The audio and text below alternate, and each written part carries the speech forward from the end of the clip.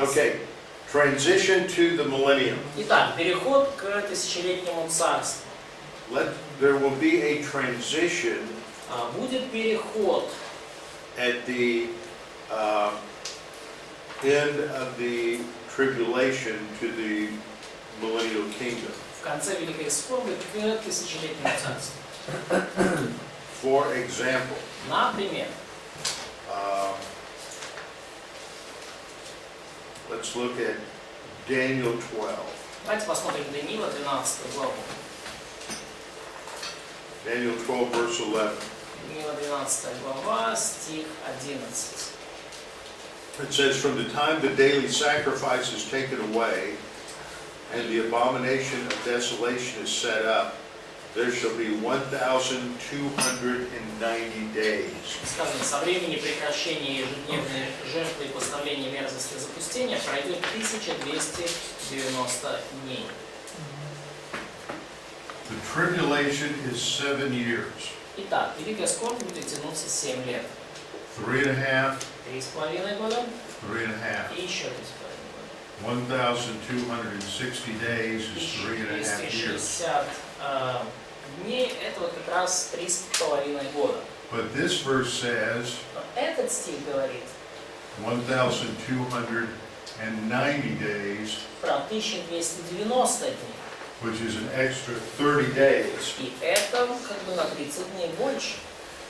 And then it says, but blessed is he who waits and comes to the 1,335 days. Но потом он пишет в 12 стихе: «Блажен, кто ожидает и достигнет 1335 дней». And that is plus another 45 days. И это еще плюс 45 дней. So what is going on during this time? Но что же будет происходить в течение этого времени? What is going on is there is a cleaning up after the battles at the end of the tribulation. Ну, что будет происходить? Будет уборка после всех битв в конце Великой Скорби. And then there are the judgments that will occur at the end of the tribulation. Но также в конце Великой Скорби будут проходить суды.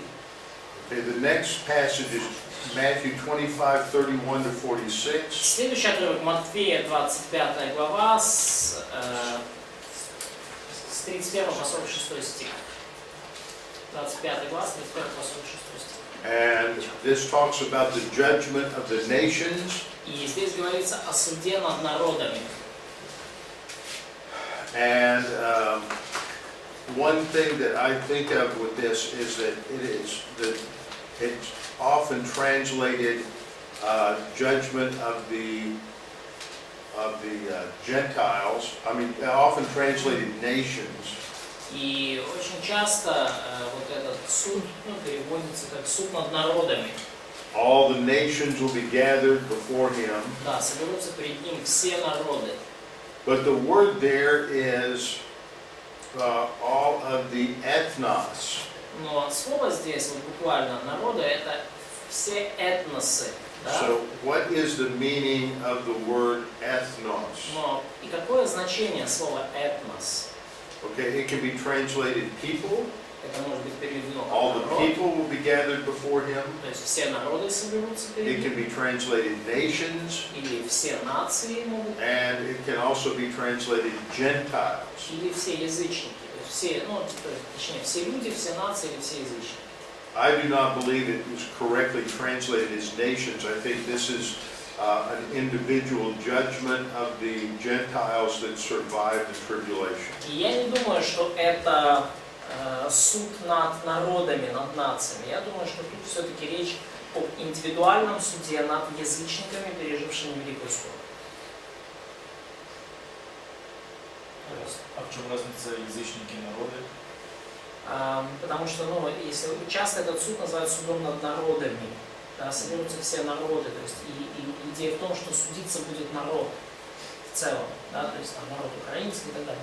Но то, о чем говорит преподаватель, что Лучше это слово перевести как одно из значений, да, над язычниками. И суд будет индивидуальный, каждого лично будет просвечивать. Правильно? То есть не конкретно народ будет судить, Да, а каждого каждого лично. лично. И каждого лично язычника, уцелевших во время Великой Скорби. А чем этот суд отличается от Великого Белого Престола? So what's the difference between this judgment and the Great White Throne? Well, this is not dealing with all unbelievers. Но этот суд не относится ко всем неверующим. This is only dealing with the Gentiles who survived the tribulation. Только к язычникам, выжившим в Великой Скорби.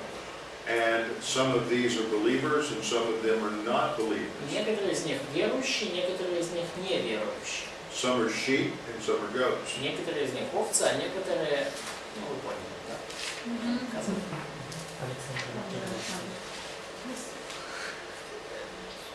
Okay, let's go to the characteristics of the millennium. И перейдем к характеристикам тысячелетнего царства. This is really the first phase of the two phases of the establishment of the kingdom of God. Это первая из двух фаз учреждения Божьего царства, именно тысячелетнее царство. There's the 1,000-year millennium, Есть первая фаза, это 1000 лет, then there's the great white throne judgment, потом будет суд у Великого Белого Престола, and then phase 2 goes into the eternal state. и потом фаза 2, она уже переходит в вечное царство, вечное состояние. But what happens in the eternal state is we're not in heaven, we spend eternity on the new earth. Но что произойдет в вечном царстве? Мы не отправимся на небеса, мы проведем вечность на новой земле. Okay, second thing is what is the purpose? Второе, это какова же цель тысячелетнего царства? The purpose is to fulfill God's many promises to Israel Цель в том, чтобы исполнить многочисленные пророчества, которые Бог дал Израилю, and to demonstrate that God alone can rule His creation. и показать, что только Бог может управлять своим творением. And third, to demonstrate that it is sin and human volition, free will, not environment that is the cause of failure. Ну а также еще одна цель показать, что именно грех и свободная воля человека составляют проблему несостоятельности человека, а не окружающая его обстановка. Question? Получается, небеса — это временное пребывание. So heaven are kind of temporary place for us. Yes. Да. Да. Okay, third point. Третий пункт. Okay, so the basic thing, the purpose, is it's going to show that even when you have perfect government, Третий момент вот в цели, да. То есть идея в том, что даже если у вас есть совершенное правительство, a perfect economy, и если у вас есть совершенная экономика, a perfect education system, совершенная образовательная система, everything is perfect, there's still one basic problem, даже если у вас все вообще совершенно, есть одна ключевая проблема. the human heart. Человеческое сердце. Okay, because they're sinners, they turn against God. И поскольку эти люди будут грешниками, то они обратятся против Бога. Okay, what we see in terms of government is that Jesus will reign as king from the throne of David in fulfillment of the Davidic covenant. И что мы видим касательно правительства, пункт 3? Первое, то, что Иисус будет править как царь на престоле Давида, и это будет исполнением завета Давида. Israel will be united, all the Jews in the land, Второй, Израиль будет объединен, все евреи будут жить в земле, and Jerusalem will be the center of the nation. и Иерусалим будет центром всей нации. And Jesus will rule over Israel and the Gentiles, И Иисус будет править над Израилем и над язычниками, and David will be the prince over Israel. а Давид будет князем Израиля. It will be an unprecedented time of world peace. И это будет время беспрецедентного всемирного мира. The curse on the environment will be rolled back, Проклятие с природы будет снято, let's look at this verse, Isaiah Давайте посмотрим на этот стих. 35:12. Исайя 35, 12, or 1 and 2.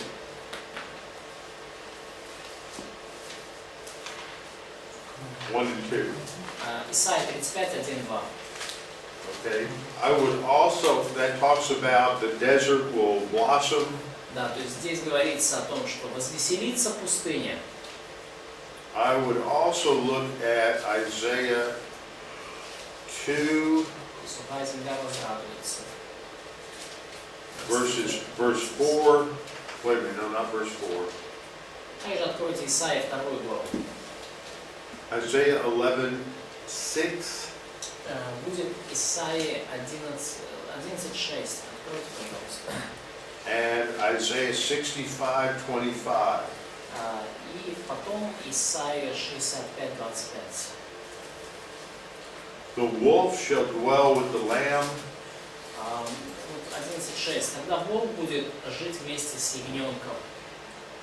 and all of these, the cow and the bear will graze together. И вот теленок, и молодой лев, и волк будут вместе. The lion will eat straw like the ox. Да, и теленок, и молодой лев, и барс, и козленок. The nursing child shall play by the cobra's den, cobra's hole, all of this. И мама и дитя будет играть с коброй и так далее. The curse is rolled back. То есть, короче говоря, идея в том, что проклятие будет снято, отменено. Okay, so curse is rolled back. То есть проклятие будет отмотано. There's going to be abundant rainfall and prosperity. Будут обильные дожди, приносящие процветание. Sickness will be eliminated. Будут устранены болезни. The ferocity and the aggression of the animals will be rolled back. Будет удалена агрессия и кровожадность животных. And sickness will be eliminated. Не будет I болезни. said that already. So there will be abundant prosperity for all. И таким образом будет преизобильное процветание для всех. Okay, then we come to the spiritual life. Хорошо, теперь переходим к духовной жизни. Basically, we have about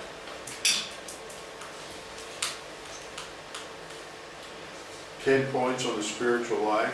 Ну и касательно духовной жизни у нас тут есть 10 пунктов. Now remember, this is the millennium is primarily Jewish in nature. И помните, что тысячелетнее царство по природе своей еврейской. Now, one of the things that we did not talk about, we talked about premillennialism, И одна из вещей, о которых мы не говорили, вот мы с вами поговорили о премиллениализме postmillennialism, и постмиллениализме, and amillennialism. и амиллениализме. One of the things that we did not talk about was a position called historic premillennialism. И одна из позиций, о которых мы с вами не говорили, это исторический премиллениализм. Among premillennialists, Среди премиллениалистов. is it like E? Yeah. И You have two types. есть два типа исторических, есть два типа премиллениалистов. You've got dispensational premillennialism, Есть диспенсациональные премиллениалисты. and you have historic premillennialism. И есть исторические премиллениалисты. This dispensational premillennialism И вот диспенсациональные премиллениалисты understands the millennium to be primarily Jewish in character. они понимают, представляют себе тысячелетнее царство как преимущественно еврейское по характеру. And historic premillennialism А вот исторические премиллениалисты sees the millennium as primarily Gentile. видят тысячелетнее царство как в основном языческое. And I don't really know how they handle passages like Ezekiel 40.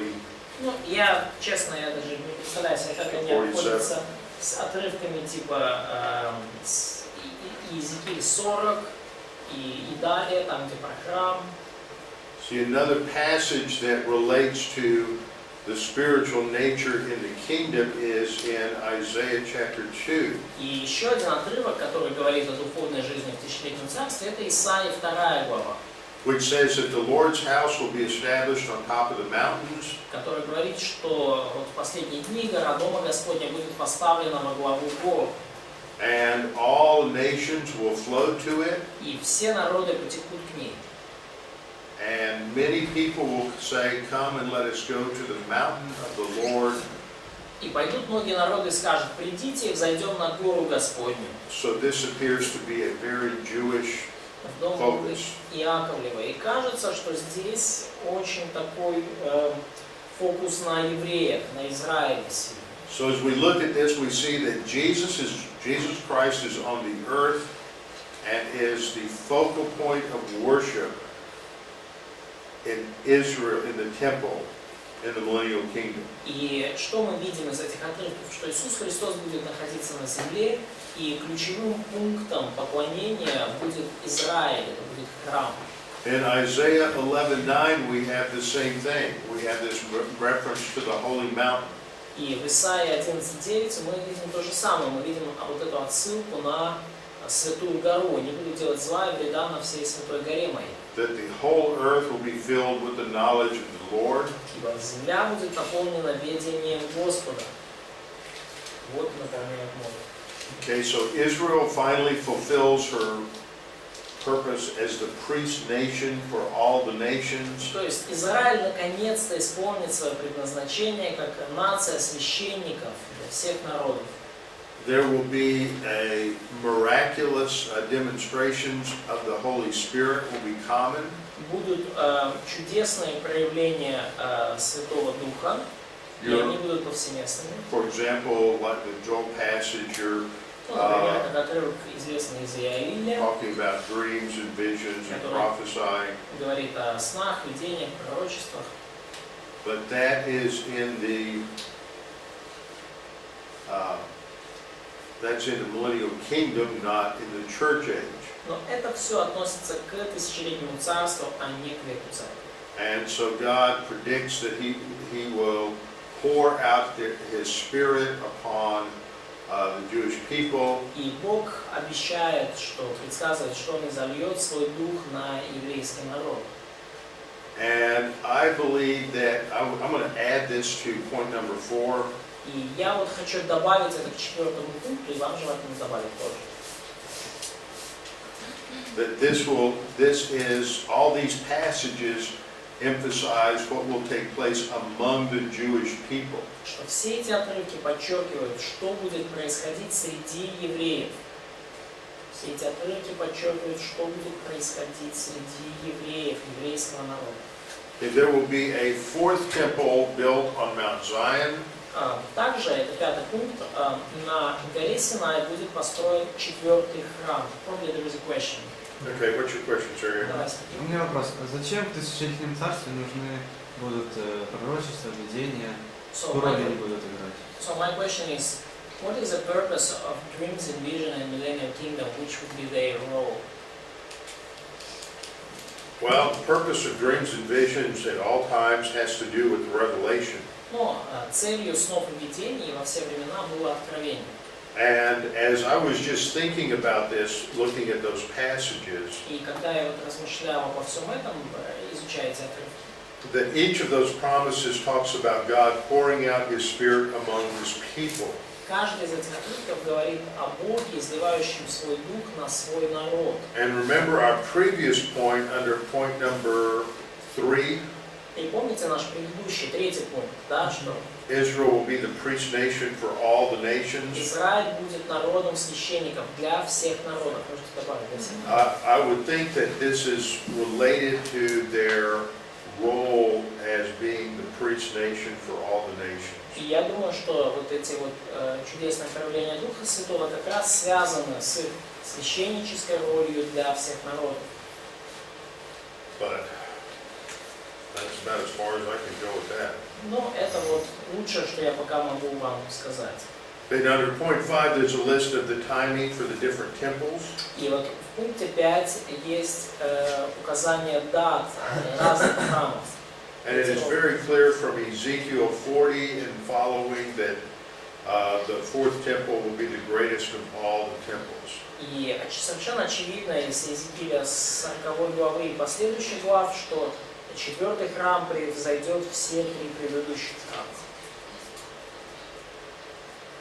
Okay, and in Zechariah 6:11, it uses the messianic title, the branch, to refer to the Davidic king. И в Захарии 6:11 используется термин «отрасль». Ну, 11 и дальше. Термин «отрасль» — это мессианский термин для потомка царя Давида. And says that it is the messianic king who will build the temple of the Lord. И сказано, что вот этот мессианский царь создаст храм Господа, построит храм Господа. Okay, so that is a messianic prophecy. То есть вот это мессианское пророчество. Захария 6, 11, 13. Okay, and then the seventh point is the one that is somewhat controversial. И седьмой пункт, он кому-то покажется противоречивым. And that is the fact that there will be a return to literal animal sacrifices in the millennium. И здесь говорится о том, что в тысячелетнем царстве произойдет возвращение к буквальным жертвоприношениям животных. And there are some Christians who think that this is just heresy, И некоторые христиане считают, что это просто ересь. to believe that there will be a restoration of animal sacrifices in the millennium. Поверить в то, что в тысячелетнем царстве будет восстановление жертвоприношений животных.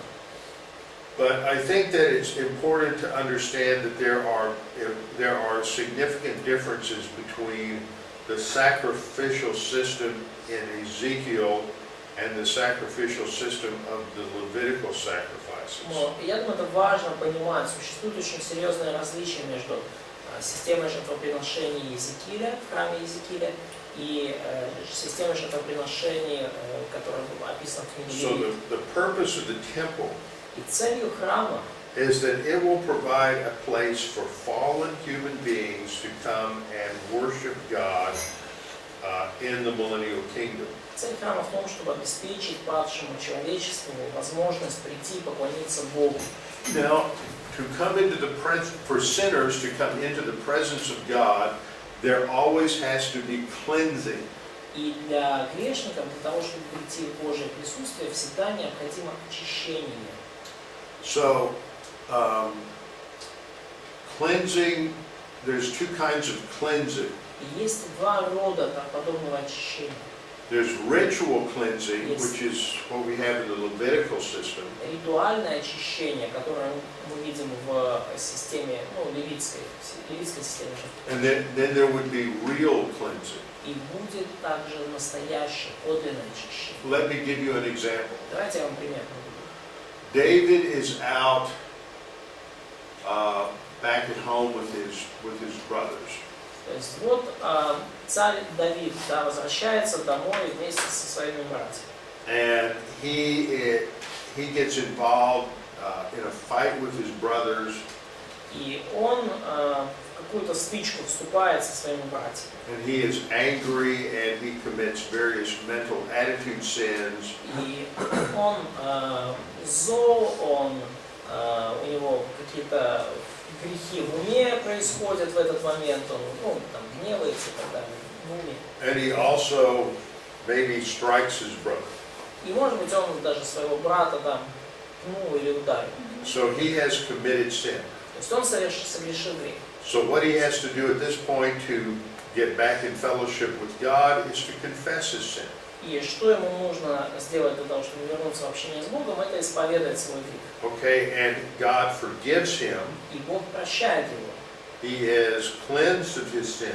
Он очищает, омывает его грех. He's forgiven. Давид теперь прощен. Just like when he confessed his sin about the adultery with Bathsheba. Точно так же, как Давид прощен, когда он исповедовал свой грех But he is прелюбодеяние с Версалией. he would still be ritually unclean. Но все равно при этом он остается ритуально нечистым. So the next time he went to the tabernacle to worship God, И в следующий раз, когда он пойдет в скинию поклоняться Богу, he would have to bring a sin offering ему нужно будет принести приношение за грех for ritual cleansing, для ритуального очищения. because the blood of the bulls and goats could not take away sin. Поскольку кровь овнов и козлов не может удалить грех. The ritual is simply a teaching tool or a training aid. И ритуальное, ритуал это всего лишь инструмент для обучения, либо инструмент такого воспитания. That's what that point number, it's the fourth point down, I don't know what letter that is in the Это alphabet. 4-й пункт здесь, да, но мы еще до этого не... That the purpose of the Levitical sacrifices was never to take away sins, Да, целью левитских жертв никогда не было удалить грех, снять грех. they were to, it's translated to make atonement. Хотя и сказано так, переведено, что они служат искуплением. But the Hebrew word Но еврейское слово, переведенное как искупление, actually means to make clean. оно реально переводится как очистить. Now, the way we know that is because when this word is translated into Greek in the Septuagint, Откуда мы это знаем? Когда это слово переведено на греческий в Септуагинте, it is often translated with the Greek word katharizo, which means to make clean. то очень часто вот это слово, которое у нас искуплено, да, на греческий переведено как катаридзе, то есть сделать чистым, очистить. So the point of the sacrifices in the millennial temple И целью жертв в храме Тысячелетнего Царства is to allow a person who is going to go to the temple and ritually worship God to be это cleansed. позволит человеку, который приходит в храм и чтобы поклониться Богу, позволить ему пройти через такое очищение. The millennial sacrifices are not intended to be a basis for salvation or spiritual growth. Жертвы в храме Тысячелетнего Царства не предназначены для того, чтобы человек мог с их помощью получить спасение или духовный рост. Okay, and later on what we see is that there are basically three types of offerings: the sin offering, grain offering, and guilt offering. И там чуть ниже написано, что есть три вида приношения, жертвоприношения за грех, There are also жертвоприношение millennial жертва, и sorry, guilt offering, sin offering, and I can see it. grain. It's listed down around point H, about the Да, то есть три типа приношения, да, приношение за грех, хлебное приношение, жертва всесожжения за провину. Это пункт H, да. Also, a couple of points earlier says that millennial sacrifices are also mentioned by prophets other than Ezekiel. И также вот там несколько пунктов раньше указано, что пункт F, да, что и другие пророки также говорят о системе жертвоприношений в Тысячелетнем Царстве. Okay, it's then the next to last point. It says that in the millennial kingdom, 3 feasts will be observed. И еще последний пункт говорит, что в Тысячелетнем Царстве будут соблюдаться 3 праздника. Okay, so this is a ritual that is practiced at the new temple. То есть вот это вот ритуалы, которые будут соблюдаться в новом храме. 3 праздника — это Пасха, Опреснок и 15-й день 7-го месяца. By understanding that this way, this does not contradict the finished work of Christ on the cross. То есть вам нужно понимать, что вот, этот храм Иезекииля, да, он не противоречит завершенному труду Иисуса Христа на кресте. Okay, any questions? Есть ли вопросы? А можно сказать, что жертвы в Тысячелетнем Царстве это как причастие в наше время? So can we say that sacrifices in millennial would be like the Lord's Supper in our days? Yes, there's two basic things that are going on. One is a memorial. Да, то есть будут 2 вещи происходить. Одна — это воспоминание. And there are many people who understand them in that way as memorial То есть sacrifices. и многие люди понимают эти жертвы именно таким образом, как жертвы воспоминания. But in the last 20 or 30 years, several scholars, dispensationalists, have done a lot of work on this. Но в последние несколько лет многие исследователи, диспенсационалисты много потрудились, исследуя этот вопрос. And their studies have indicated that the primary function has to do simply with ritual cleansing.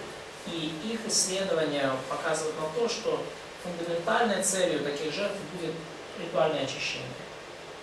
То есть ритуально это получается его только грешники будут совершать? So, if it is ritual cleansing, so that means that only sinners would do that. Люди с невоскресшими телами. So people with not resurrected bodies. Right. Да. Все спасенные, получается, не будут. All saved people would not be involved in that sacrifice. No, resurrected people would not be involved in that. Да, воскресшие люди не будут в этом участвовать. But remember, there is a priesthood serving in the temple Но помните, что да, есть священство, которое будет служить в храме. that the Zadokite priests that are serving have sin natures. И вот эти священники, которые будут там служить, у них тоже будет греховная природа. And they will need to be spiritually cleansed or ritually cleansed to serve in the temple. И им тоже нужно будет ритуальное очищение, даже просто для того, чтобы служить в храме.